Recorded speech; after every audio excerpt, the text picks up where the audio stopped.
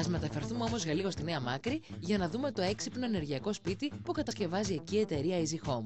Ένα σπίτι που βασίζει τις ιδιότητές του στην καινοτομία της χύτευσης του σκυροδέματος μέσα στα ειδικά παραμένοντα καλούπια που προσφέρουν θερμομόνωση, ηχομόνωση και αντισυσμική κατασκευή. Μέχρι τώρα έχουμε δει τα πρώτα 5 στάδια και την περασμένη εβδομάδα είδαμε τα σοβατίσματα και την επίστρωση του κονιάματος στα πατώματα. Σήμερα θα δούμε την τοποθέτηση της γυψοσανίδας εσωτερικά, καθώς και τα σπατουλαρίσματα που πρέπει να γίνουν πριν το βάψιμο. Η τοποθέτηση της γυψοσανίδας μπαίνει πάνω στο καλούπι μας, το οποίο βιδώνεται ανά 20 πόντους κάθετα και οριζόντια.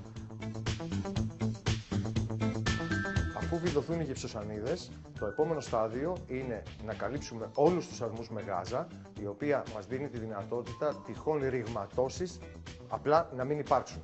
Και από πάνω, ο μποιατζής σπατουλάρει τους αρμούς που δημιουργείται από την ένωση της γυψοσανίδας 3 χέρια.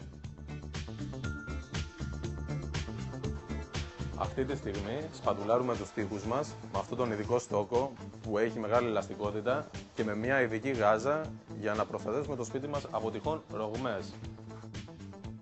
Το σπατουλάρισμα καλύπτει όλους τους αρμούς και δίνει μια λία και επίπεδη επιφάνεια στον τοίχο μας.